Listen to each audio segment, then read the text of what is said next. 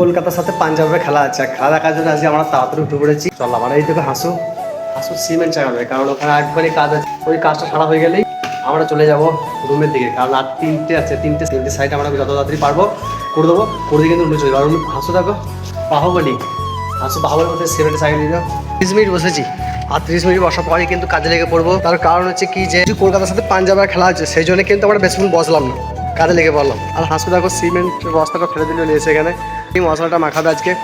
আর এটা গতকাল ভিডিওতে তোমাদেরকে বলেছি যেটা একটা স্কুল, প্রাইমারি স্কুল।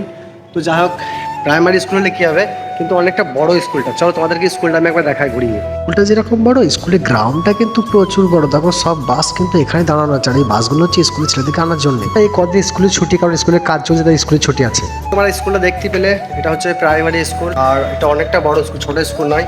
তো যাই হোক, আর আমরা আজকে খুব তাড়াতাড়ি উঠে পড়ে, কারণ আজকে কলকাতার সাথে পাঞ্জাবের খেলা আছে, দেখতে তো হবেই আজ। সেই জন্য কিন্তু এই যে দেখতে পাচ্ছ, এই একটা, এই একটা দুটো, আর এই একটা তিনটে, এই তিনটে আছে। এই তিনটে করে দিয়ে কিন্তু আমরা আজকে রুম চলে যাবো। আর হাসু কিন্তু দেখো মশলা মাখাবো বলে হাসু কিন্তু সব রেডি করছে।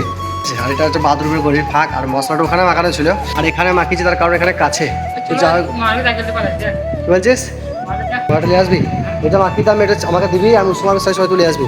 বন্ধুরা, আজকের মতন বলে ভিডিওটা এখানে শেষ করলাম। নেক্সট ব্লগে আবার দেখা হবে। তোমরা সকলেই ভালো থেকো, সুস্থ থেকো। Tata, bye bye.